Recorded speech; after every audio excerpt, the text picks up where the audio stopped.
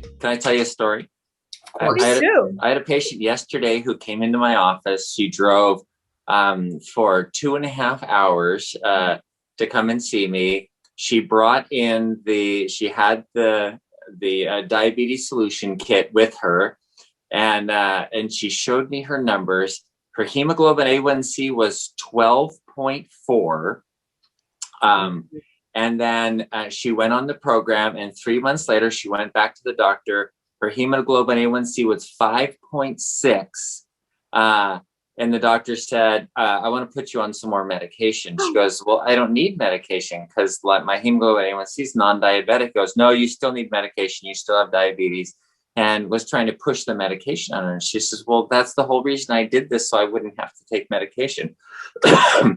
So she said, so she saw on the webinar and she goes, okay, that's it. I'm going to go see Dr. Saunders. 12.4 to 5.6. That is such a dramatic drop in 3 months. And the doctor didn't even acknowledge it, didn't even say, good job or anything. It was like, no, you still have to take drugs. So I'm trying to push her. Oh, and that's sad. Yeah, it was so sad. That is one of the most drastic transformations we've seen. Like, one of the things I love about this webinar is Leslie will often post some of the testimonials for Barton Publishing employees to hear. We don't publish them without your permission, but that is amazing. But it's so sad that the doctor would ask her to get on more medication. Yeah. Well, that's what she was upset about. Oh, yeah, that's hard. But I'm very excited for this person. Do they watch the webinar? Well, you know what? I didn't ask if she watches the webinar. Oh, okay. I don't know. That'd be fun. It'd be fun to have her on. Yeah, have her come on. Yeah. Very, very cool. Okay, so we have a lot of people who are already posting their questions.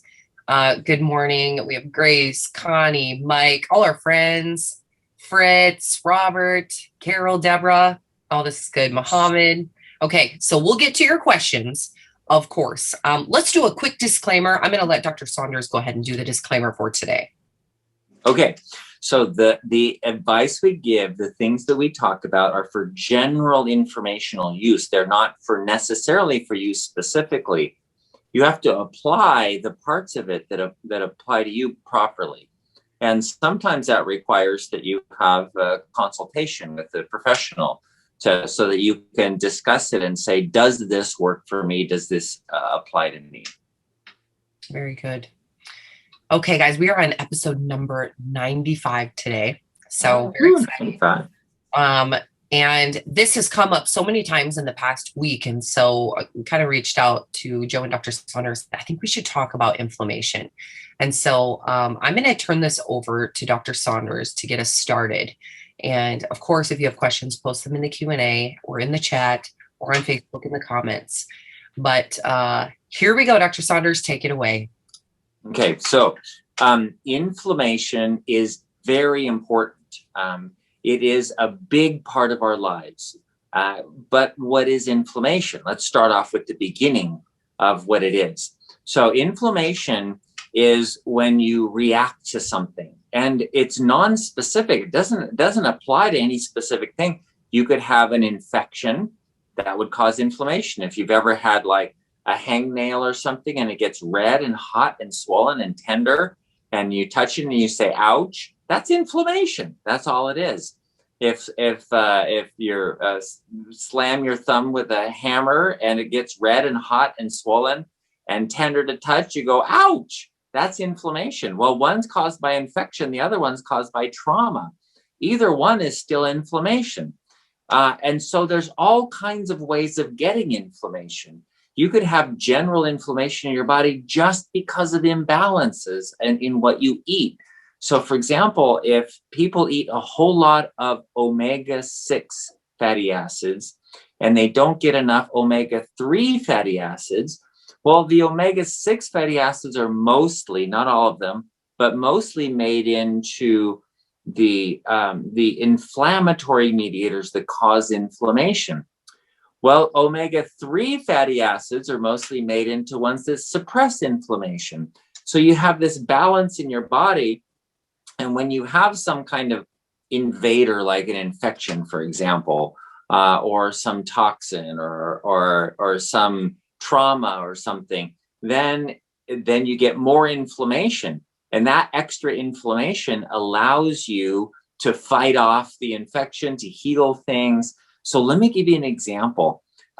People get arthritis in the knee, and their knee hurts. It's painful. It's like, I can barely walk because it hurts so much. And so they take something like ibuprofen. So what ibuprofen does is it blocks a cyclooxygenase. It blocks the body from making an inflammatory mediator so that you don't get inflammation. You go, that feels a lot better. So then you can walk around and do whatever you want to do because you don't have inflammation. It doesn't hurt anymore. But what you've done is just put a Band-Aid over a cancer, because now you've suppressed the inflammation so your body can't heal that. And it actually prevents you from regrowing your cartilage and fixing the problem with the knee by taking these anti-inflammatory medications. So having inflammation isn't always a bad thing, and suppressing inflammation all the time isn't always a good thing.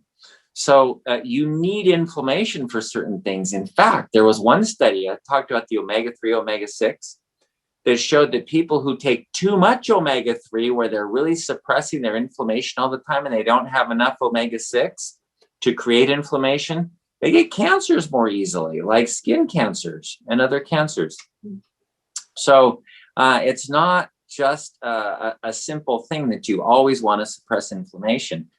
Generally, in our society, because of the way we eat, because of our stress reactions to everything, we are generally inflamed. So what does that have to do with diabetes? Well, inflammation, the stress of inflammation causes us to be more insulin resistant. When you release stress hormones, that increases insulin resistance and causes your blood sugar to go up. So inflammation can produce diabetes or make it worse. So you do want to suppress inflammation. In fact, there have been several studies in people who were imbalanced with the omega-6 is too high compared to the omega-3. If they take extra omega-3 and bring that back into balance, their blood sugar is much better controlled than when they don't do that. In fact, some people got as much help from taking an omega-3 as they got from medications they were taking to control blood sugar. So that's why it's important. Inflammation is something that needs to be managed. And I don't mean suppressed by managed. I mean managed, balanced, so that you have enough inflammation to repair things and get rid of infections. But you don't have too much to cause stress on the body and oxygen-free radicals and do damage and cause cancer. So that's where there needs to be a balance. So that brings us to now, what do I do? Do I make more inflammation or make less? Well, how do I manage this? Okay. So one thing to consider, if you think that you have to take an anti-inflammatory like ibuprofen, naproxen, meloxicam, there's a whole bunch of non-steroidal anti-inflammatories, or there's the steroidal anti-inflammatories, like you say, I need a cortisone shot in my shoulder or my knee or something like that. You have extra inflammation. So you have to do something about that. And that could be because you have damage. In that case, the damage needs to be repaired. And sometimes that's just time. But if it's not going away in a reasonable amount of time, you may need some more help of getting, like we do the 610 reset program. And the 610 reset program is something to make you anabolic so you start repairing things. So what that means is you don't eat after 6 o'clock and you go to sleep by 10 o'clock. And then ideally you'll also have breakfast in the morning before 8 o'clock. And those kinds of things will help you become anabolic so that you can repair. Another thing is watching what you eat. So let's say you're on the phase 1 of the program and you can only eat 20 grams of carbohydrates or less per day of net carbs. So you go, oh, then I can eat all the fat I want. And you start eating a whole bunch of fatty foods. And you're getting all this extra omega-6 fatty acids and creating inflammation in your body. You have to be really careful of that. So when you're doing that phase 1 of the program, you may want to think about more fiber, increasing your fiber. And there's plenty of free foods. You can have as much celery as you want. You can have as much broccoli and cauliflower and Brussels sprouts and lettuce and cucumber and mushrooms. You can have all of those you want, onions and all that. So, and those are things that tend to be anti-inflammatory. They have omega-3 oils. They have probiotics, or they're called prebiotics. I'm sorry, prebiotics that grow the good bacteria in your intestines that reduce inflammation. So the rule of thumb is you don't necessarily want to suppress all inflammation. You want to find out why it's there and then fix the problem if you have this extra inflammation. Another important thing is to balance your fatty acids, because more omega-6 fatty acids is going to produce extra inflammation in your body. And that's a common problem. Part of the reason is in our diet, if we're using corn oil, canola oil, soy oil, vegetable oils, those oils are like 20-to-1 to 30-to-1 omega-6 to omega-3 ratio. So they're really, there's a huge disparity. In order to make up for it, you're taking this little pill of fish oil, once a day to make up for this huge disparity of this tons of mayonnaise and oils that you're getting in that have this ton of omega-6. And so think about it another way and look at ways to drop your omega-6 intake. So what do you have instead? Olive oil is great. Coconut oil is actually pretty good as well. Grapeseed oil, walnut oil. But if you're just using just regular like olive oil, and when you look for mayonnaise, look for olive oil mayonnaise. It's better than canola oil mayonnaise. Look at salad dressings. I went to the store one time and I'm looking for a salad dressing that doesn't have canola oil. And in my local supermarket, there wasn't one single one that I could find that I looked at. I read every single one, even the natural ones were the first ingredient canola oil. I'm like, okay, great. So avoiding those oils, the vegetable oils, canola oils, soy and corn oil, and then exchanging those for other oils, but decreasing your oil intake generally is great. Most of the vegetables that you eat, the rabbit food, has oils in it. They all have oils in it, but they're just very small amounts, and they tend to be a good ratio of omega-6 to omega-3. So you have even a little more omega-3 than omega-6 in most greens, for example, like kale and spinach and lettuce. We don't think of them as having much oil, but they do. Avocados have a lot of oil, and it's not high in omega-6. So it's not that you should never have omega-6. That's not what I'm saying. I'm saying try to balance it by instead of adding a whole bunch more omega-3 oils, sure, but take a fish oil, but decrease the intake of the omega-6 oils, the vegetable oils. So that's one, is the oils. The second part is to get your inflammation down by getting good bacteria in your stomach, in your intestines, in your large intestine, stomach meaning abdomen. Large intestine needs good bacteria to suppress inflammation, and you may want to take a probiotic. Most probiotics have lactobacillus in them. Lactobacillus makes something called butyrates, and the butyrate is something that suppresses inflammation. So having the good bacteria is an excellent way to lower inflammation, or to balance inflammation is a better way to say it.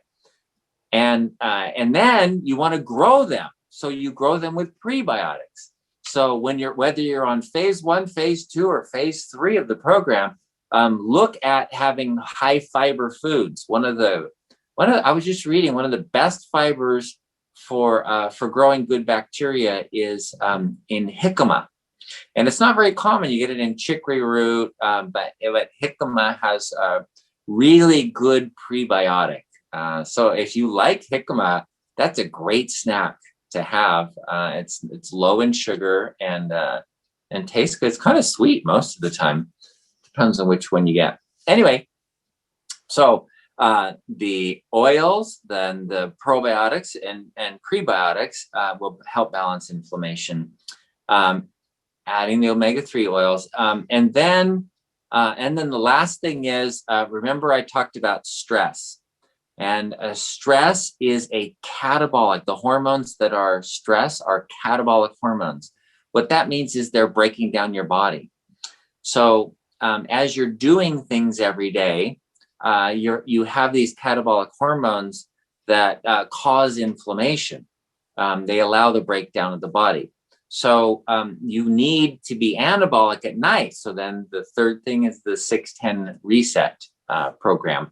And that's not eating after 6 and going to sleep before 10 o'clock so that you can make human growth hormone and repair all that and decrease all the inflammation. So those are great ways, the great things that you can do to manage or balance your inflammation. Not creating too little or too much, just allowing it to be what it needs to be to repair your body and fix everything. This is so good. Such good information. Getting a lot of comments saying this is very timely for some people. So great topic. Here's a quick question from Scott. He said, my gut feels bloated. I may have inflammation. How can you tell if it's inflammation or not? I'm in ketosis and dropped down to 169 pounds. And then a week later, my weight went up by 5 pounds. And now I can't seem to lose it. Please help. Wow. Okay. So your weight went up and your gut's bloated. Well, bloating could be bacterial overgrowth in the stomach. It's not usually inflammation. You think of it as inflamed because it's swollen, but it's not like the red hot, swollen, tender inflammation because there's some kind of infection or H. pylori or stomach ulcers or something like that.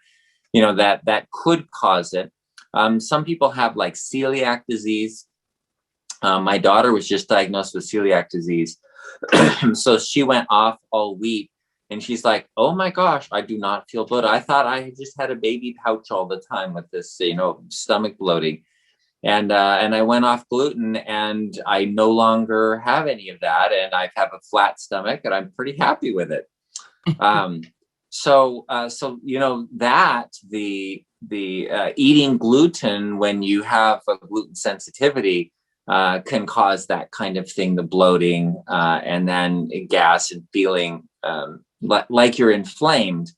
But what's really interesting thing about those is if we were to test for inflammation, it wouldn't show up as inflammation. But it is. It's just a different kind of inflammation that's not on the test that we do. So finding out if you're sensitive to some kind of food and avoiding those kinds of foods. And the simplest way to do that is the elimination diet, where you eliminate certain foods and find out, and then you go, wow, I feel better. Like my daughter, that she eliminated the gluten. She goes, wow, I feel better. And then when you eat it and it all comes back, you go, oh yeah, I'm definitely sensitive to that. That's how you know.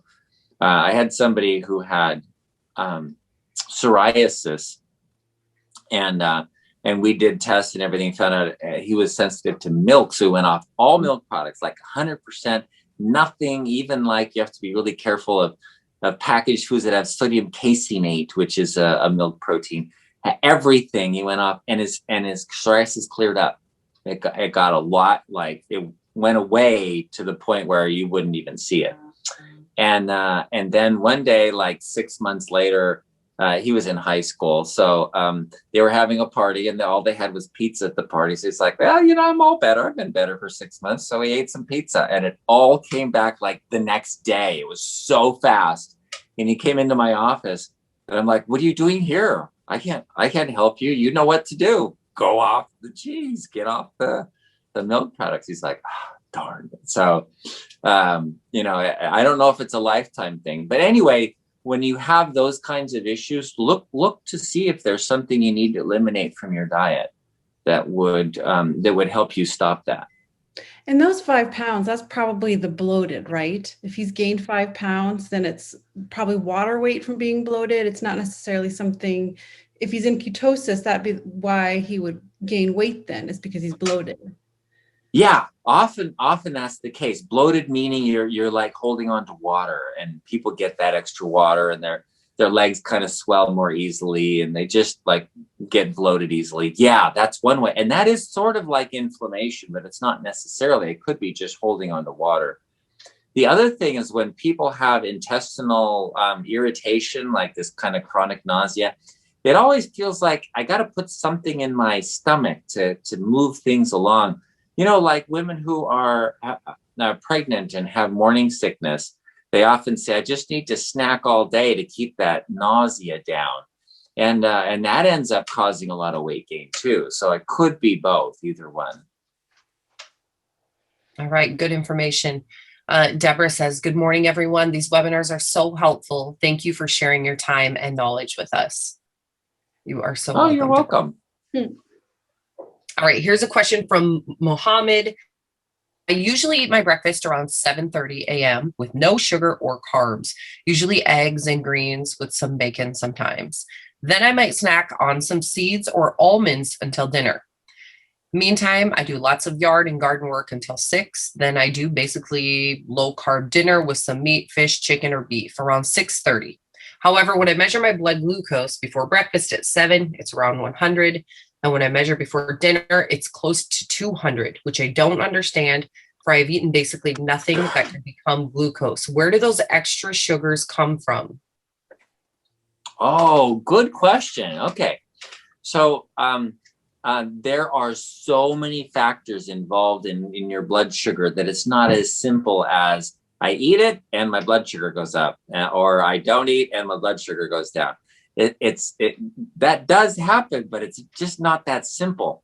So there are several things going on here. One is to consider that the fats in the nuts and seeds and the things that you're eating that have fats in them suppress your muscle's ability to bring sugar into the muscle. So it makes you somewhat insulin resistant.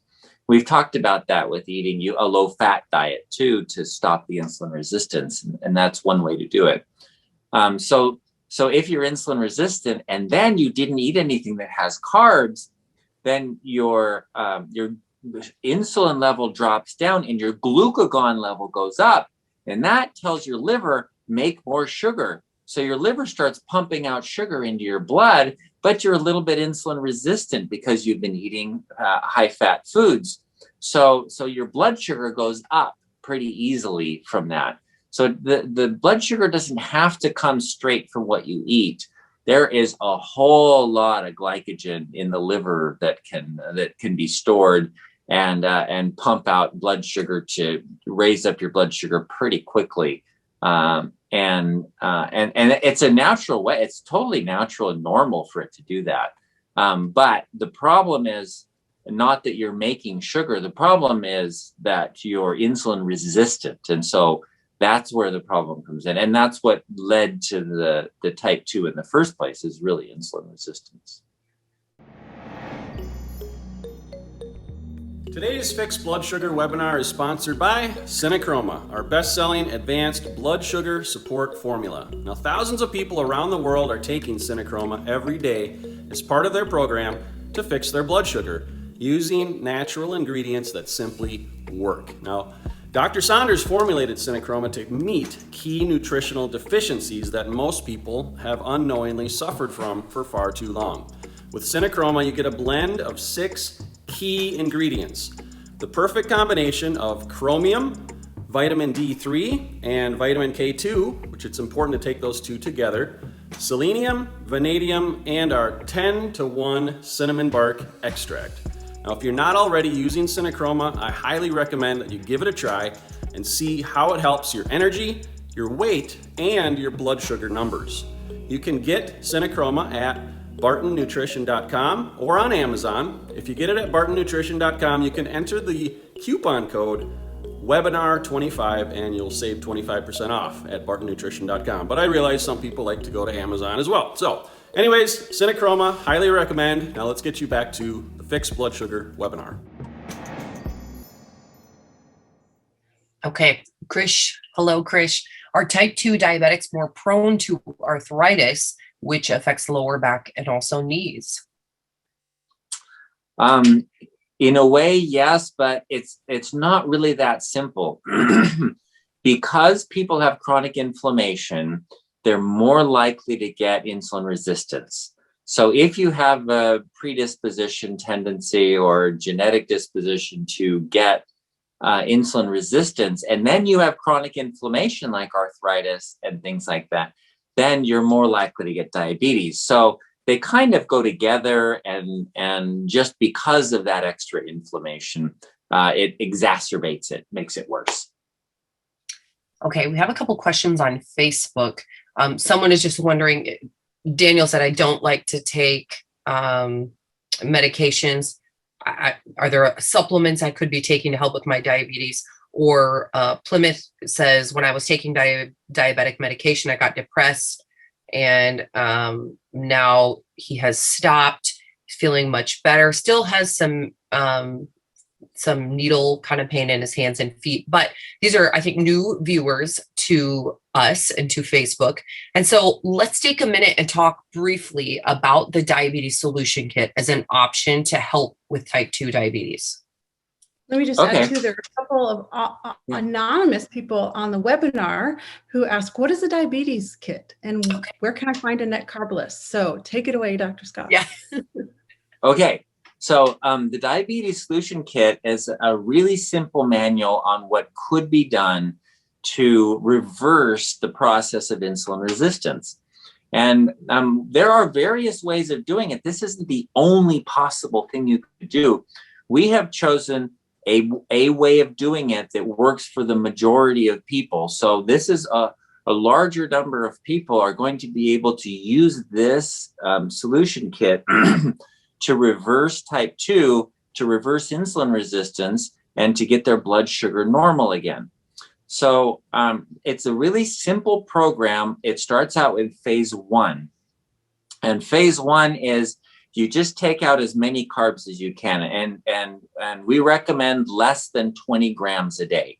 And 20 grams is not very much. It's like a little more than one apple. And that's all you get all day long for carbs.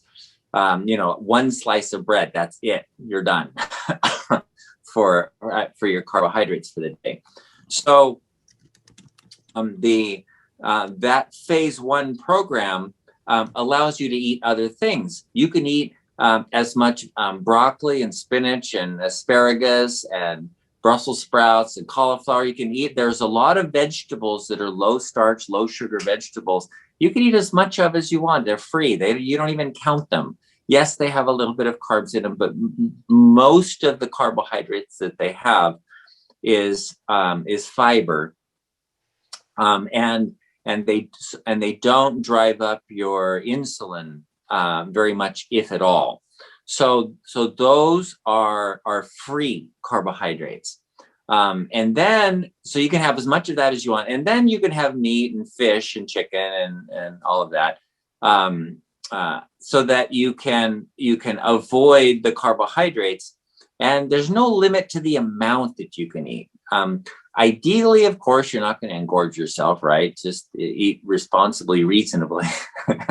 But the amount isn't taken into account except the carbohydrates. So the only thing you have to measure is the carbohydrates. So during that time, like the patient I was telling you about earlier, who in a matter of a few months went from, a 12.4 to a 6.6. Wait, 6. You were the 5.9 or something? I thought it was in the 5. 5.6. Yeah. She was just under. It was non-diabetic, right? So it's 5.6, right? So she. That amazing drop in hemoglobin A1c was only a matter of months of doing that program. And it worked really well. And she told me in the middle of it, she even added oatmeal in the morning, and it didn't significantly increase because she had already been on the program for a few months. So she was really strict with it right at first, and then she kind of moved into phase 2 without even thinking about it. And so let's go to phase 2. So once you've been on that program for a long enough time that you've had a week or more of your blood sugar being in the 70 to 90 range, or if you're in Canada, from the 4 to 5 range, if your blood sugar is consistently, your morning glucose is consistently in that range for a couple of weeks, then you're ready to move into phase 2. And phase 2 is simply, you're still measuring your blood sugar, but you're adding things in. You're adding things that you wouldn't normally eat, like my patient that added oatmeal in the morning. She likes her oatmeal in the morning. And she found that her blood sugar was still low. She was still able to maintain her low blood sugar. And you may find that you add some things in with fat, for example, that raise your blood sugar a lot, where carbohydrates do not. So you may be able to eat an apple where you couldn't eat bacon. And we don't know, because everybody's a little different and has a different reason for having type 2. They're not all the same. There are many different reasons. We've talked about stress and genetic factors, and fat for insulin resistance, and PCOS, hormonal imbalances. There's a whole bunch of reasons why people can have type 2. So in order for us to have a program that fits everybody, you start individualizing it in phase 2, where you say, oh, I tolerate this, but I don't tolerate that. And someone else will go, well, I'm okay with that. I don't tolerate that. And so you may have you're going to end up with a different program in phase 3. And then phase 3 is, this is the way I eat the rest of my life. Yeah. So it's not like a diet where I'm going to go on a diet for a month, lose the weight, and then I can eat anything I want after that. That's not what it is. Remember, type 2 there's a reason you got it in the first place. It's a lifetime issue. And the best we know of that we can do is reverse it, so you have normal blood sugar, normal insulin, normal hemoglobin A1c, normal blood pressure, but you don't have any symptoms. But if you were to go back to eating the way you did when you first got it, then it would come back again. That's what's going to happen. So the lifetime part, phase 3, is, okay, I now know what I tolerate and what I don't tolerate. So I'm staying away from these things, and this is my repertoire. This is what I get to eat, and it's all of this stuff. And nope, that's not on my repertoire. So sorry, raisins are out. Chocolate chip cookies are out. But I can have a smoothie, and that works fine. So people are different in what they tolerate. So that's basically the program in a nutshell. So good. And if you guys are interested in that, you can find that at bartonwebinar.com. There is a link to the diabetes solution kit. In fact, Cheryl, do you have a kit in front of you by chance? I do have a kit in front of me. Have you hold that up so you what can it looks see. like. That's the printed copy right there. You, of course, can get the digital copy. You can get both if you're like me and you kind of need to have both options. There are supplements and stuff as well, and we do talk a lot about those on the other webinars. But Dr. Saunders is, a firm believer in, let's get this started with food. Supplements can help. I think that's a fair way to say it. Is that right? Yeah. And actually, somebody asked about the supplements. I don't like to take medications. Can I take supplements? Don't for a second think that supplements are going to substitute for the diet. And you still need to eat. Yesterday, the husband of the patient who dropped her hemoglobin A1c so dramatically from 12 to 5, he said, well, doc, since I'm here, what can I do without changing my diet? How can I lose this extra weight? I'm like, dude, you're talking to the wrong person. You gotta be able to change your diet, because that's the most important. So then the supplements, what they do is they help you to be more sensitive to the insulin that you have, so you're less predisposed to having high blood sugar and high insulin levels, and it allows you more leeway, more things that you can eat by taking the supplements. So yes, there are some supplements that help, and the ones that are most important that most people, especially if you have type 2, are deficient in is chromium, vanadium, selenium. Those are the minerals. And then vitamin D. It's very hard to get enough vitamin D without supplementing, and that's really important for your blood sugar with vitamin K. Vitamin D, vitamin K, chromium, selenium, vanadium. Those are the primary ones that we've put together in the Synachroma supplement so that you can get them all at once and just have one supplement that you can take that will improve your insulin sensitivity. This is good. We have a lot of people who have purchased Synachroma and they continue to use it. I think everyone on our team uses it. Yeah. Just because otherwise we'd be taking all those vitamins individually. And so it's kind of all packed for us. And it's just so good. So good. So I would love to hear if anyone who has taken Synachroma maybe write why you like it in the chat, because I'm on the customer service side of things. We have so many customers who want to cancel as soon as they find out that we have supplements. Oh, you guys are scamming us. And the thing is, you don't need them. Dr. Saunders says the program itself is good, but you can use it as extra supplementation. So if we can help others by hearing some of your stories, that will actually go a long way to helping other people get their blood sugar lower. So yeah. Share if you've used Synachroma and let us know how it's going for you. Even that, it's not just sugar. I take Synachroma because everything in the Synachroma is something that I need that is hard to get from food. So, there's just no food in the United States with a lot of selenium because we don't have selenium in our soils. So you need that. There it is. And I dosed it in a way that is an adequate amount for anybody. So the vitamin D is 5,000 units. That's not a little supplemental dose. That's a physiologic dose. That's what you need. That's what you should be getting every day from the sunshine. The vitamin K, the chromium, vanadium, these are dosed according to need that I think is something, at least in the United States, everyone should supplement. There are areas of China where they have high selenium soils where you should probably not supplement selenium. But most areas of the world don't have a lot of selenium. So, and then the other ones are mostly deficient too. So I think it's useful for everyone. We haven't broken into the Chinese market quite yet. Yeah. Okay, here's a good comment from Glenn. Now, I think this is the Glenn that we did a chat with when we were in Utah. He said, "Good afternoon from a beautiful day in Connecticut. Just wanted to report that my A1C went from 5.8 to 5.3 over the last 3 months.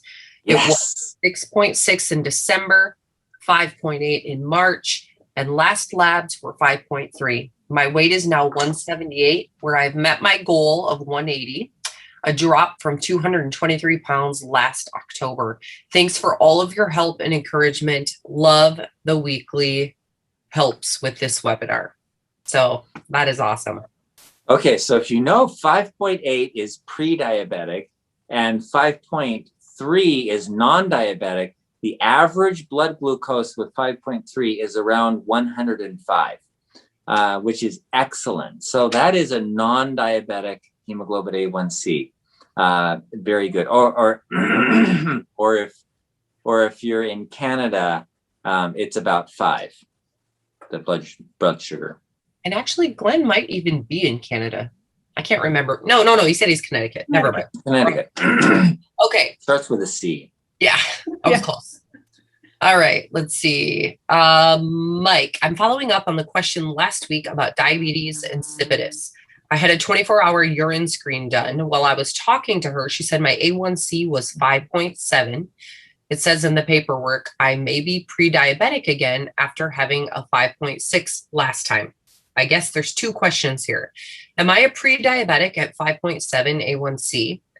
Also, last week when you were talking, you mentioned for diabetes insipidus sufferers to do a 24-hour fast with no food or water. No water for 24 hours? Question mark. Can I pass out on 0 water for 24 hours? No, it's okay not to drink water. Well, with diabetes insipidus, what I was talking about was polyuria, where people are getting up frequently all night long to urinate because their kidneys have lost the salt gradient in it. And then, yes, going without water for a full day is okay. That's not a problem. You can go several days without water, and I often do 3 days. If I'm fasting for 3 days, I'll do no food, no water for 3 days. And if you've been used to drinking a lot, you may want to work up to that and start with, okay, I'm just going to go for 6 hours without drinking anything. Or a good way of doing it is just when I get thirsty, I'll drink a glass of water. Done. And so if you're not thirsty, don't drink anything at all. And that would be a good way to maintain your water and not get hypovolemic or low blood volume. Yeah. Okay. So the other question was about the hemoglobin A1c, 5.6. Okay. So there is a line, even though there's no line. We have to make artificial lines so that we can name things. So we name. So yet on this gradient of insulin resistance, if you're this high up, 5.6, you're normal. If you're 5.7, you're pre-diabetic. If you're 6.4, you're diabetic. So it's just the process of naming it what it is. Ideally, the perfect hemoglobin A1c should be in the 5 range. So 4.8 to 5.2 is the optimum place to be. But so where do you draw the line? They just kind of look at if your blood sugars are over 120, then you're going to be 5.6-ish, 5.7. Okay. Meg says different readings within minutes of different fingers. Why and what to do about it? Okay. Okay. So what you're finding is the glucometers, the glucose meters, they're not that great. They're not that accurate. They're a little different. If you had 3 different meters and you took the same sample, you took your blood and put 3 samples in each one, you'd get 3 different numbers. The idea of the glucometers is to give you an idea, give you a range, sort of, you get you close. Then it's if you're 200, it's not going to say you're 100. But if you're 100, it could say you're 95, or it could say you're 110. I've had cases of people telling me that within minutes, they've been as much as 30 off, 30 points different. It's okay. It's really just think of your glucometer instead of as a number, as a concept. Gee, I want to be around 100. I don't want to be around 200. And so if you think of it more that way, then you won't put so much faith in that exact number. This is good. Okay. Chris asks, can you tell us some more foods that are good to balance your omega-3 and omega-6? Meg answers artichokes, jicama, Jerusalem artichoke, and chicory, endive. Any other recommendations? Oh, that's good omega-6, omega-3 balance. Yeah, those are excellent. Those are excellent. All of the green vegetables have a good omega-3 to omega-6. If you're eating meat like beef or chicken or fish, avoid the farm-raised or the grain-fed, because even fish now, when they're raised in fish farms, they'll often be fed grains, and if they are given corn, for example, then they're made of corn oil, and if they're made of corn oil, then you're going to get corn oil, and so when you get fish, get wild caught fish. When you get chicken, pasture raised. And when you get beef, make sure it's grass fed and grass finished, because sometimes they'll be grass fed all their lives, and then they send them to feedlots and pump them full of corn. And so then they're full of corn oil, of course, because they're getting their oils from what they eat, as we do. So grass-fed, grass-finished beef, those are all good ideas for how to get omega nuts. Oh, good idea. Yes, walnuts are a great source of omega-3s. Most other nuts don't have a lot of omega oils in them.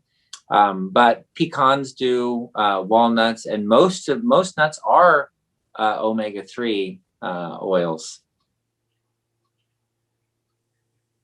Okay, Carl is asking if diabetes is a result of not being overweight, but heredity.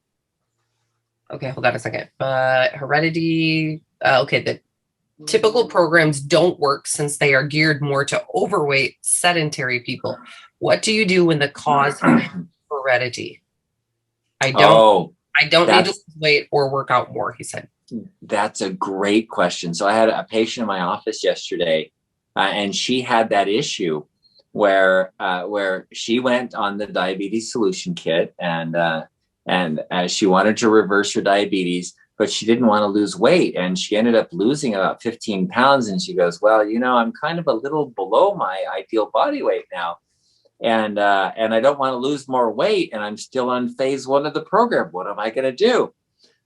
So I gave her permission to eat more of what she is eating on the phase 1. So she's still eating 20 grams of carbohydrates, but of the stuff that she can eat more of that. So that she can have, like, instead of just a salad with lettuce and tomatoes, she can have salmon with it, for example, and just eat more. And that gave her permission. She's like, oh, okay, I can do that. That's not a problem. So sometimes you may want to do that, because it isn't about weight loss. In fact, if you look in the book, we specifically say, this is not a weight loss program. This is not what it's for. Yes, you will probably reach your ideal body weight on it, but it's not for weight loss. That's why we don't limit how much you can eat. You can eat more. That's okay. But there's one other thing. If it's heredity, just because you mentioned heredity, I'm gonna address it. If when your diabetes is hereditary, then you may not be making enough insulin. And if you don't have insulin, you cannot put weight on. You can only put fat on your body when you have insulin. That's the hormone that tells your body, hold on to fat. So people with high insulin, they get fat, and they just start holding on to it as much as they can. But those people who have low insulin, they call it diabetes type 1.5, because you still make insulin, but you're kind of like a type 2, but you're also kind of like a type 1. So those people with the hereditary, they may not be making enough insulin, and so you will lose weight very easily, and you may need to inject insulin. So measuring your insulin levels and looking at C-Peptide levels will tell you whether your pancreas is functioning, how well it's functioning. And then if there's still an issue, start looking for other unusual possibilities, like if you have, and that's not that unusual, insulin antibodies. If you have an autoimmune disease and you have all this insulin around, but you have antibodies that are blocking that insulin and not allowing it to function, then it's like it's not working. So yes, you have it, but it's not working. In which case you have to deal with the autoimmune disease first, so that you don't lose weight. Oh, we had a question here. I'm going to find this. Meg said, what do you suggest when all of your doctors will not do tests like the C-Peptide test, fasting insulin, C-Reactive protein? Are online labs a reasonable option, and do they explain the results? And what labs do you recommend? Good question. There are several online labs. When I go to conferences with other functional medicine doctors, there's usually, like, they have, all of the the commercial stuff in the middle that we have to weave our way through going between classes. And there's always some labs there, and they advertise that you can order it, that patients can order directly from the lab. Some states allow that, other states don't. So I think like online, you can order a lot of different tests. And which labs do it? I'm sorry, I don't know any specific names right now, but I know they're around. And there's Direct to You Lab or something like that, or just look up labs that patient can order a lab tests, patient ordered lab tests or something like that. Some states allow anyone to walk into a lab, and I think it's in Oregon, you can just walk into a lab and get your test done. So depends on your state. Seems like that would be something you should be able to do, but yeah, kind of like you're in charge of your own health. Right. Exactly. You may not be able to interpret it, but you can find someone for that. You can come on the webinar and ask. Okay. So many good questions. I want to try to get to some of these new people here. Let's see. We're not going to get to all these, but if you go to bartonwebinar.com, we have a list of, I think, our top 10 questions, and some of these are falling in that category. So check those out. We've done quick, real 30-second clips answering some of these questions. So check that out. Okay.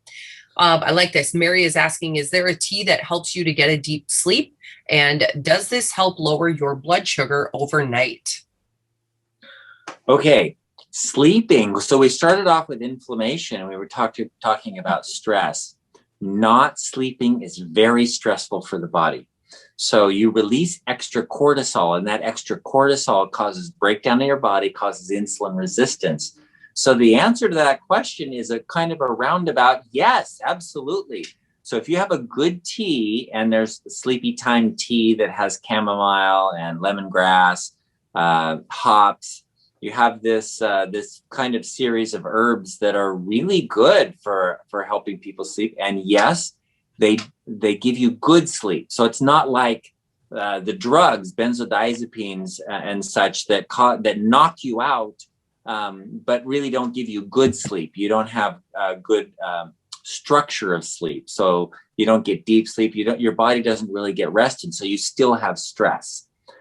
So it is better to take the herbs, but let me tell you about melatonin for sleep.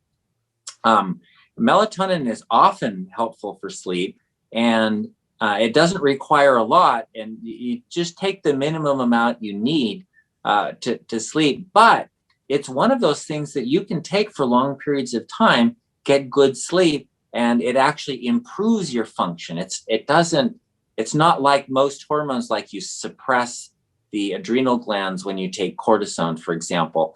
Melatonin doesn't suppress your glands when you make it or when you take extra. And the more melatonin you have, the less Alzheimer's disease, the less neurodegenerative problems that happen later in life. So more melatonin is actually better for you. And if you want to get natural melatonin, shut off all your lights at 9 o'clock. So that you're in the dark. You can still read and stuff from your focal vision, but if your peripheral vision is dark, you'll tend to make more melatonin and you'll sleep better. Some people have used tart cherry juice to help them get to sleep. And I have heard of someone using something called Renew, Rest, and Recovery from Laird's Superfood. I haven't tried that, but they said it's been a life changer for them. So just not a plug, just an example. And don't forget magnesium. We do have a magnesium product as well. So you can find that at bartonwebinar.com. We're big magnesium fans here. So yeah. I'm going to try to find this here because Connie had asked a question about the supplements that she is taking. She said she's taking Synachroma 2 times a day and taking turmeric 1 time a day, the turmeric BP. Now I got to scroll up and find out. While you look for that, I will read. While you look for that, I'm going to read something from Luann. She said, update in big letters. I made my goal number 2. I've lost 31 pounds since September 2020. I'm taking Synachroma and now gut health. Our healthy gut, I think, is our supplement. Today, I had my A1c blood test. I'll report my numbers. So we're waiting. But Luann, good job. That's amazing. Yes. Wow. Glad to help you with that. Yes, she's actually, I think you can find her video on our YouTube channel as well. She was super fun. She has a fun story too. Yeah, let us know what those numbers are. Oh, now I can't find the question. I believe she asked if though taking Synachroma and turmeric would loosen stools. Maybe answer that question and I'll keep looking. So it should not loosen stools, but because there's so much involved in what's going on in the intestines, turmeric especially can loosen stools as it decreases inflammation. So some people get kind of constipated. Their intestines slow down when they're inflamed and they get blocked up. Whereas when with turmeric, you can have looser stools. So it's possible. And she said they're dark. Dark. Well, we don't always know what dark means. Sometimes that's blood, and that's why doctors will often say that you should that if you have a dark stool, you better get it tested. That if there's blood in the stool from the stomach, then it'll often create a dark stool. Okay. And Luann did respond. She says, it is our product, Healthy Gut Support, and she's so excited to get her results. Awesome. Okay, question from Gloria. Hello, Gloria.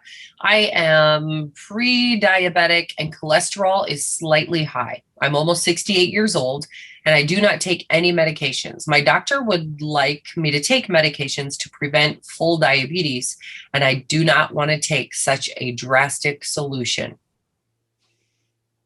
Okay, so there's a couple of really important things here, and that is the question, can the medications prevent diabetes? Because that's what she said the doctor wants her to take it for. But what the medications often do is increase the amount of insulin that the body makes to bring the blood sugar down, but creates more insulin resistance in the process. So the medications are often counterproductive, where they cause more diabetes, or they cause the diabetes to get worse, or the insulin resistance to get worse. So if you're having that kind of an issue, and you're pre-diabetic with only a slight elevation in cholesterol, if you do the diabetes solution kit, you can completely reverse that in a matter of weeks, and really quickly. And then wait a month and retest your cholesterol and hemoglobin A1c, and you'll find they come back normal. And then your doctor won't say you need medications. So Gloria, email me at support@bartonpublishing.com and I will get you a diabetes solution kit. We're going to help you. Awesome. Support@bartonpublishing.com. That is awesome. Okay, I had a fun note I wanted to read here. I'm scrolling through so fast. William says, I love Synachroma. In March, my blood work showed my hemoglobin A1c was 6.7 and my fasting blood sugar was 120. Since taking Synachroma, my fasting blood sugars are down to the 80s and 90s. Just this past week, it was in the 70s. This morning, it was 84. Wow, those are all normal. That is awesome. That's amazing. William, that is awesome. I've never seen those kind of results before. That's really good. You must be doing some dietary changes too. Yeah, are you using our solution kit as well? Yeah. Okay, I know that Dr. Okay, we have 1 minute. Hurry, find one question, quick. Cheryl, I'll let you pick the question. Go. What about eggs? Krish asks, what about eggs? I'm wondering if that's about omegas. Omegas. Oh yeah. Yeah, well, if the chickens are eating corn, then they're going to have corn oil in them. If the chickens are eating the grass, if they're out in a pasture, then they're going to have more omega-3 oils.